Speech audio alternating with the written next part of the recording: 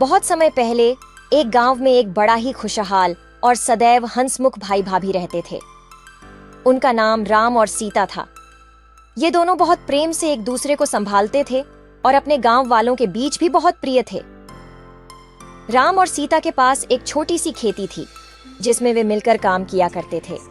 उनके पास कितने ही धनी नहीं थे, लेकिन उनके पास उतनी ही संतोषजनक जिंदगी थी। एक दिन एक बुरा समय आया। गांव में सूखा आ गया और सभी किसानों की फसलें बर्बाद हो गईं। राम और सीता की भी फसलें नष्ट हो गईं।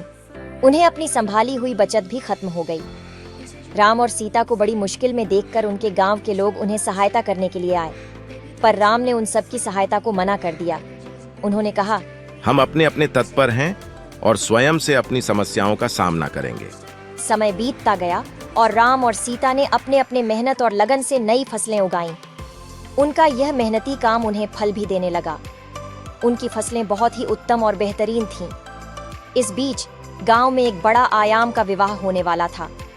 राम और सीता को भी इसमें बड़ा आमंत्रण मिला, पर वे वहां नहीं जा सकते थे क्योंकि उन्हें उनकी फसलों की देखभाल करनी थी। उनके इस निर्णय को सुनकर उनके गांव के लोग बड़े हैरान हुए। वे सोचते थे कि कैसे राम और सीता ने इतना बड़ा आमंत्रण ठुकरा दिया। पर समय गुजरता गया और विवाह का दिन आ गया। लोग खूबसूरत सज-धज कर आए और शादी में शामिल हुए। वहां एक महिला अचानक राम और सीता के पास आई और उन्हें धन्यवाद दिया। राम और सीता हैरान रह गए। उन्होंने पूछा, क्या हुआ और धन्यवाद किस बात के लिए? महिला ने कहा, आपने इस विवाह में नहीं आया, लेकिन आपने अपनी फसल की देखभाल में लगी रही। आपने अपने कर्तव्य को निभाया और अपने आप को संभाला। इससे हमारे गांव की आत्मा को बड़ी शक्ति मिली।